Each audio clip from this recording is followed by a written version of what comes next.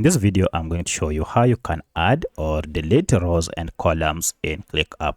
If you find this video helpful, I'll kindly request that you support me by liking the video and also by subscribing to this channel. Alright, so if you want to add or even delete rows and columns in ClickUp, it is quite simple. Just hover over the table that you had created, and to delete, for instance, I want to delete this column.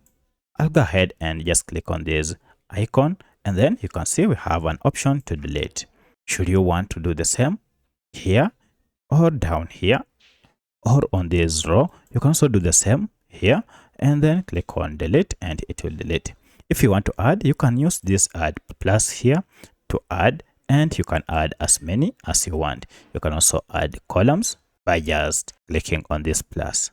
So that's how you can delete or add rows and columns in ClickUp.